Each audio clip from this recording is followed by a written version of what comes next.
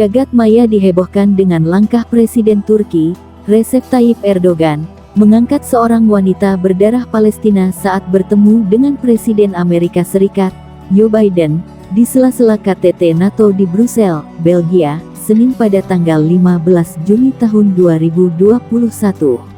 Wanita tersebut adalah Fatima Gawwaji. Dia merupakan wanita berdarah Palestina yang konsen di bidang hubungan internasional.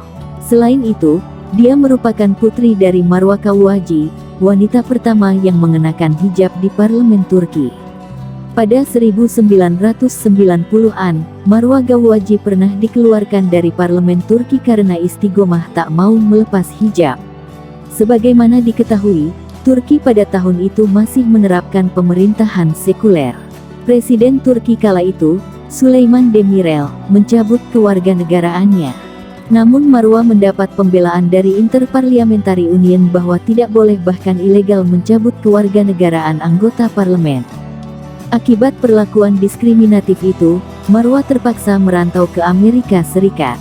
Namun ia kembali ke Turki saat Partai Keadilan dan Pembangunan (AK Parti) mengambil alih pemerintahan.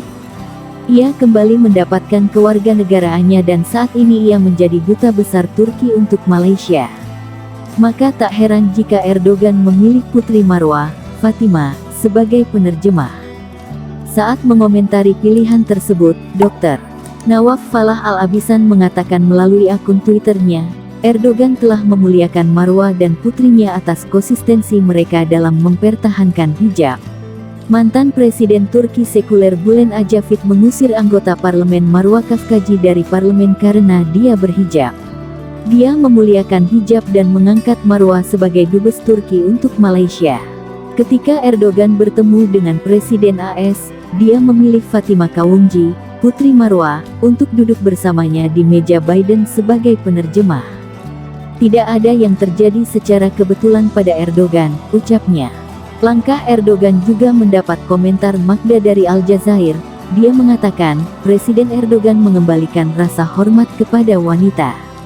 Ibunya, Marwa Gawwaji, dikeluarkan dari parlemen karena jilbabnya, tetapi Presiden Erdogan mengangkatnya sebagai duta besar. Hari ini, dia memuliakannya. Erdogan mendudukkan putrinya, Fatima, di sebelahnya dalam pertemuan dengan Presiden AS, Biden. Fat Al-Sahrani dari Qatar mengatakan, penerjemah dipilih oleh Presiden Erdogan, berjilbab, dalam pertemuannya dengan Biden. Sebuah pesan kepada Biden liberal Amerika bahwa Turki telah memulihkan identitas Islamnya. Hari ini, wanita berhijab masuk ke era Erdogan di eselon tertinggi negara. Dalam pertemuan itu, Erdogan menyebut pertemuan tatap muka pertamanya setelah Biden menjabat itu cukup sukses. Kami percaya tidak ada masalah yang tidak dapat diselesaikan dalam hubungan Turki ke Amerika Serikat, kata Erdogan. Hubungan dua sekutu NATO itu memburuk setelah Turki membeli sistem pertahanan rudal S-400.